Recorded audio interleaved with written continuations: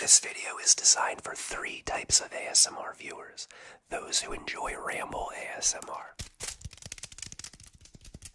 Those who need a video that they can just play and chill and do their business, whether it's studying, gaming, just something in the background. And the most obvious one is for those who need to fall asleep. Now, like I said, this is a ramble video with a twist. This is going to be 3 stories about me. I'm going to talk about how I became an ASMRtist, how I became a physical therapist assistant, and the third one, which is my favorite, how I learned to ride a bike when I was a kid. Stick around for that one because it's a crazy story. And by the way, we're going to have some ASMR triggers along the way. So how I became a content creator, an ASMRtist. So this started at the peak of COVID.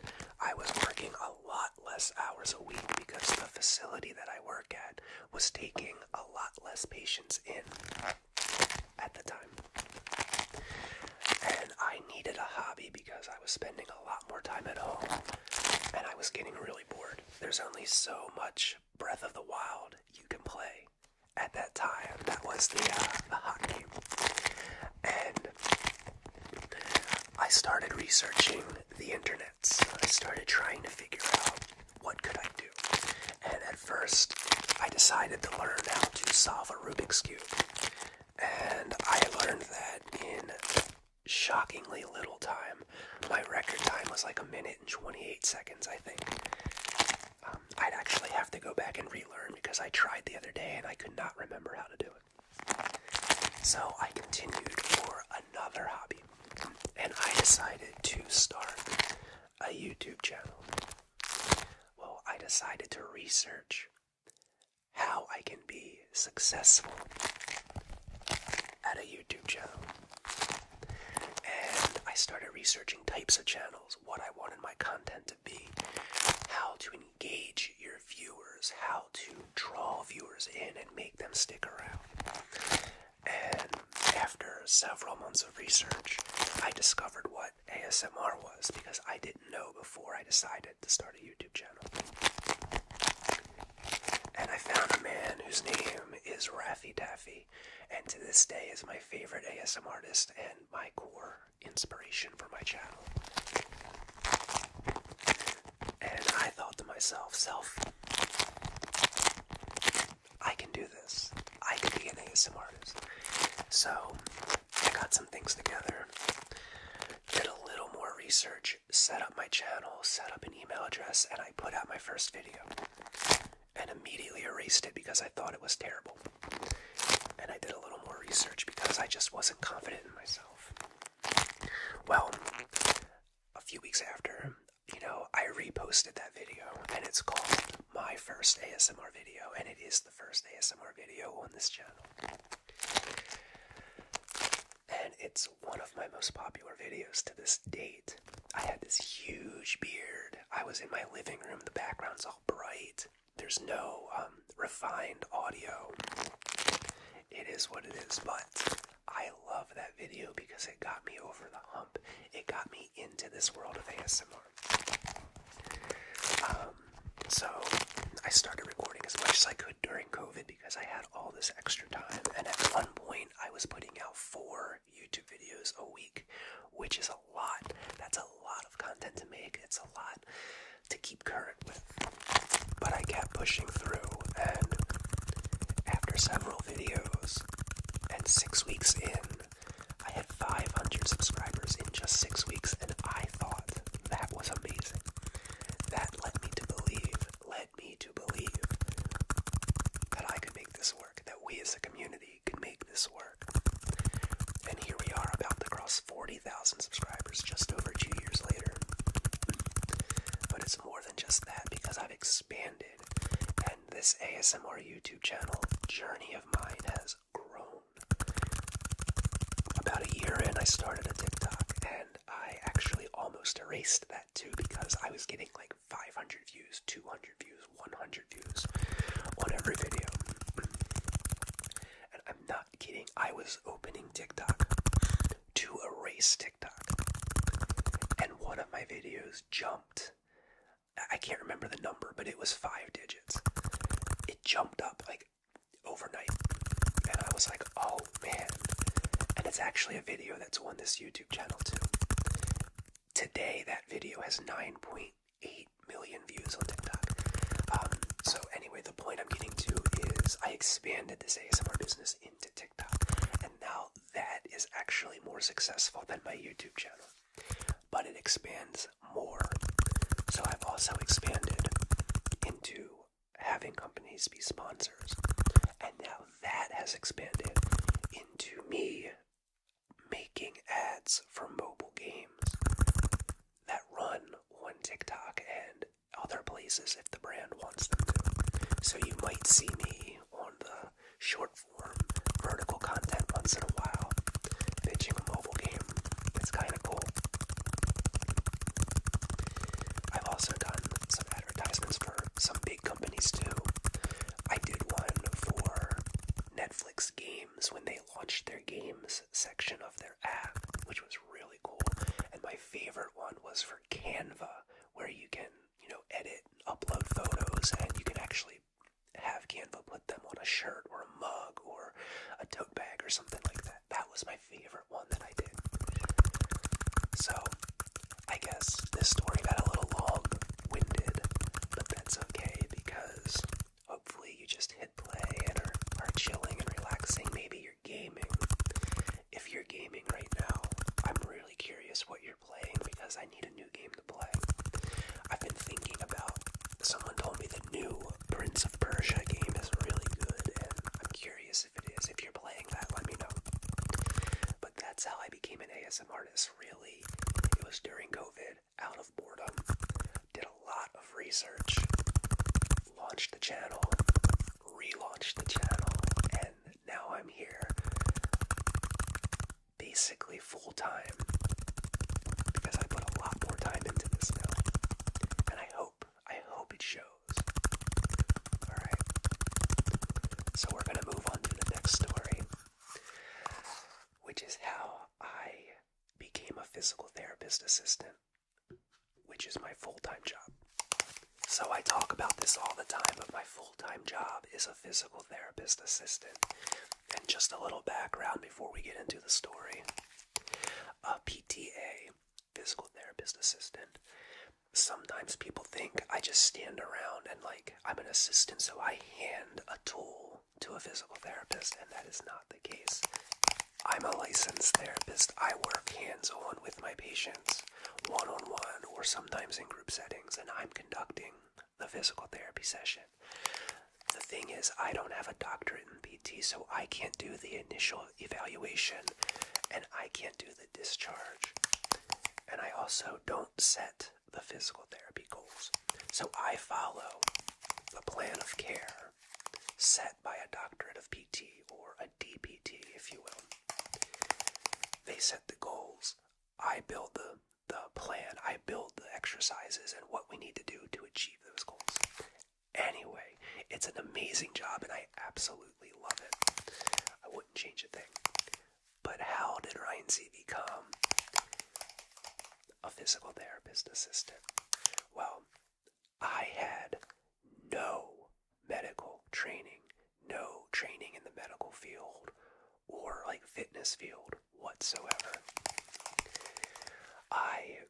From age 18 to 33, I was a salesman. I worked at Best Buy when I was young, and then I moved and I sold cell phones. I started with Nextel. If anybody remembers Nextel, put it in the comments. Boop, boop, boop, boop. The walkie-talkie phones. If you had a Nextel, put it in the comments. I'm genuinely curious if anyone here had a Nextel. Anyway, I sold Nextel phones, and then Sprint bought Nextel, and I sold Sprint phones. And then T-Mobile bought Sprint, and briefly I sold T-Mobile phones before I quit. So I hated being a salesperson. I was so unhappy for so many years of my life. Being a salesman, it's so greedy. tell I'm not talking trash on people who are salesmen, because there are companies that are honest and there are salesmen who are honest. But the company, specifically Sprint, absolutely greedy. They would basically tell me to lie to my customers without telling me to lie to my customers, and when I didn't say the things they wanted me to say, I was constantly getting in trouble for it. I was constantly, like at least once a month, standing up for myself, standing up for my morals and my beliefs and who I am, because I wouldn't lie to people. Let me give you a quick example. We're going off on a tangent. I'm sorry. And I'll make this as simple as I can, because there's a lot of moving parts and a lot of numbers. For a long time, there was a promotion with Sprint where if you signed up for whatever plan it was and bought whatever phone it was on a payment plan, you would get a $15 credit every single month off of your bill. That was the promotion from Sprint. The higher powers, my bosses, forced me, or tried to force me, to tell people that when you sign up with this plan and buy this phone, you also get this free package of $200 worth of accessories. And what it does is you'll see it broken down over your bill, but you'll get a $15 credit, so you get the accessories for free. So basically, instead of these people, these customers, getting a $15 cheaper bill every month, they were telling me to use this credit that customer deserves, but spin it so they get free accessories instead of a cheaper bill. I fought tooth and nail all the time. Sometimes they would try to write me up for this, and I would have to go to HR, and HR would be like, yeah, he's right, you can't write him up, he's doing the right thing. It was absolutely bizarre. I finally had enough of it, and I started searching for a new job.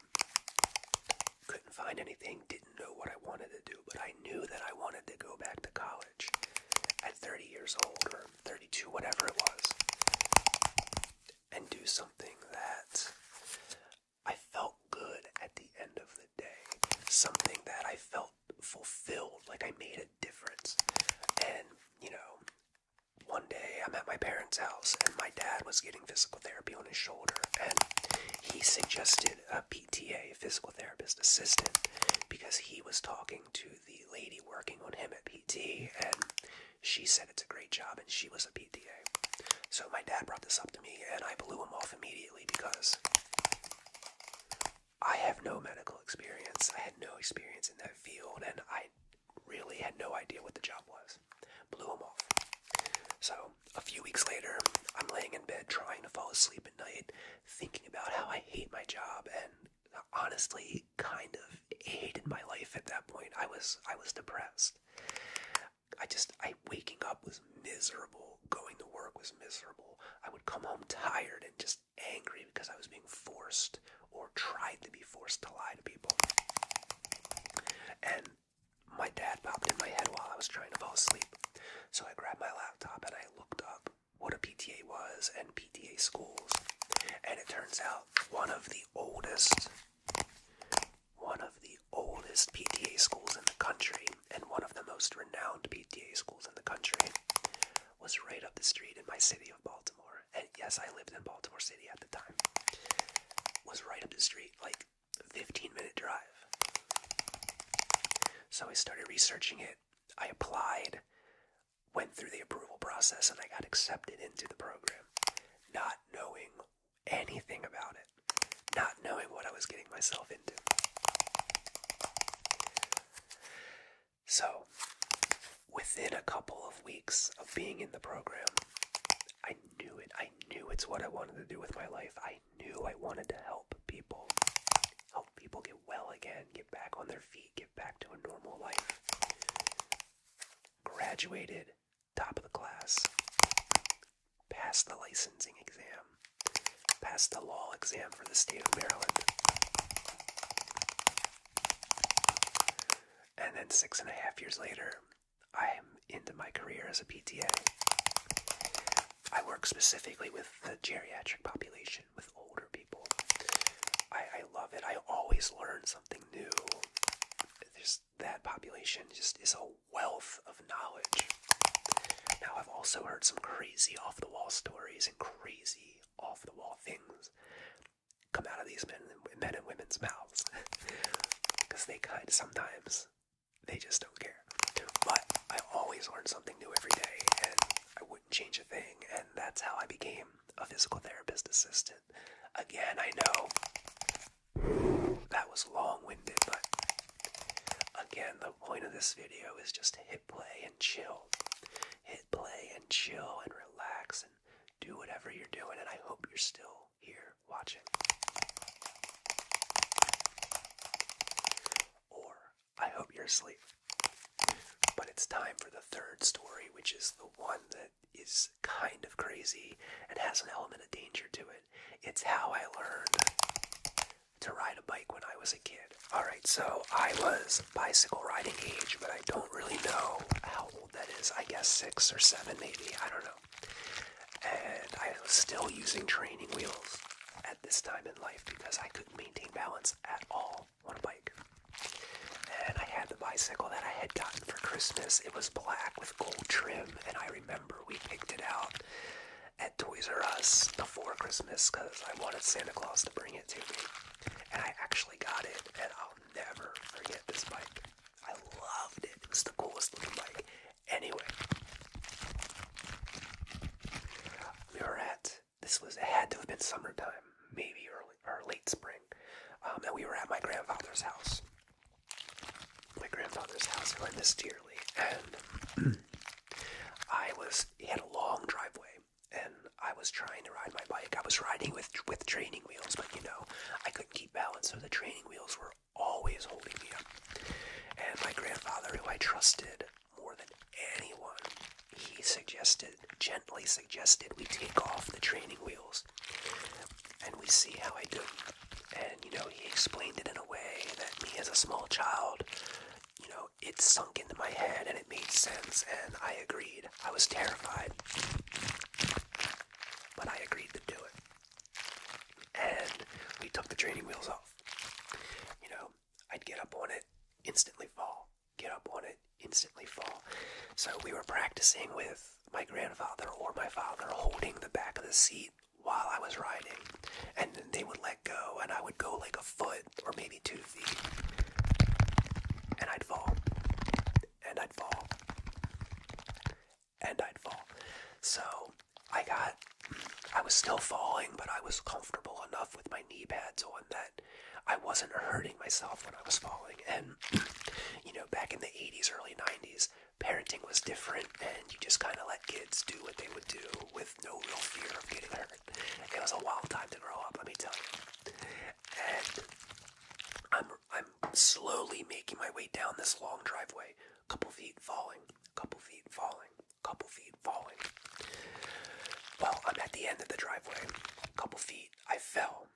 And I'm getting up off the pavement, and I look up, and right in front of my face was a snake.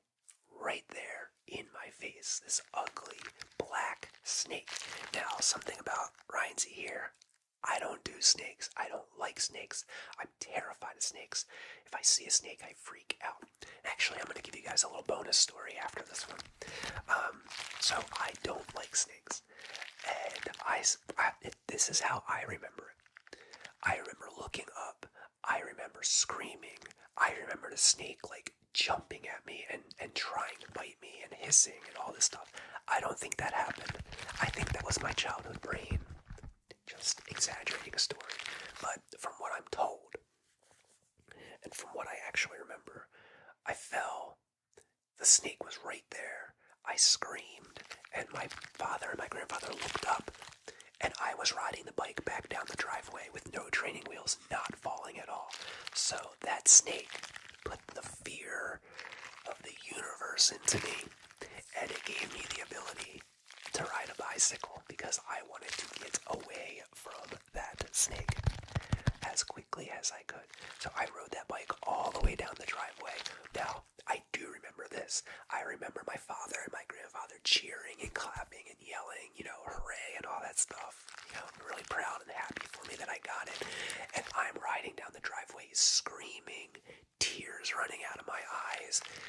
absolutely terrified. Right? Just imagine a young Rynsey screaming and crying, no beard. Or maybe, wouldn't that be funny if I had a beard my whole life? Sometimes people tell me they couldn't imagine me without a beard. And they just imagine me being a kid with a beard. Anyway, I got off track. I'm riding, I'm screaming and crying. My father and my grandfather are cheering for me, and in my mind I'm like, why are you cheering for this? Anyway, I got down there, like an hour to calm down. They knew what happened. They moved the snake somewhere else. By the way, this house was on the water, on the Chesapeake, and it was a water moccasin, which is a venomous snake, and if it had bitten me, I would have had to have gone to the hospital. It can cause some serious problems. Anyway, like an hour to calm down, and I got back out there, believe it or not, and I was able to ride a bike, and I've been able to ride a bike ever since, and I owe it to my biggest fear, a snake. A snake is the reason I can ride a bike. So, I guess I literally faced my fear that day, even though I didn't want to and didn't know that I was going to face my fear. And a bonus story, so this was about 5 years ago, when Mrs. Rynsey and I just got married and we were still living at our old house. And we were getting ready to move from that house, so I was underneath of the deck, or the back porch, clearing out some stuff because there was storage under there. And it was low to the ground, so you kind of had to crawl underneath of it to get the stuff out. And I walked over to the little hatch where you would crawl under, and I moved a trash can over. I moved the bag of the lawnmower that catches the grass. I picked it up and moved it over so I could reach it. And in that moment, I remember thinking, oh, I guess I forgot to empty this bag. Last time I cut the grass, it feels a little heavy because I thought it was empty. So I put it over there, and I go underneath of the deck, and I'm pulling stuff out, and I'm crawling back out. I swear, right in front of me, this giant black snake comes slithering out of this grass clipping bag right by me. I'm underneath the porch with the only exit being blocked by a big snake. Oh my god, I was terrified. I think it took a year off my life. But this big black snake slithering out nice and slow, it comes under the deck where I am, goes right across in front of me, and then into my neighbor's yard, and I don't know where it went. I'm so glad we moved out of that house. So, I got some skin color back in my skin because I was pale and terrified, and I was instantly sweating. Get this. A couple weeks later, we noticed some mice in the house. And the exterminator came, and we found a hole in the back of the house, like where the siding meets the concrete. That snake was probably going in and out of my house to get mice. There was probably a snake in my house. I am so glad we moved out of that house because I couldn't sleep at night thinking about it. I am so glad we moved. I don't like snakes. Anyway, hopefully you guys enjoyed this video. I know it was a little bit different. I haven't done a real ramble in a while, but I wanted to add some triggers into it. If you liked this video, subscribe to the channel, hit the like button. I really appreciate it. Yeah, I really appreciate you all. Thank you so much. And if you liked it, I'll do more stories.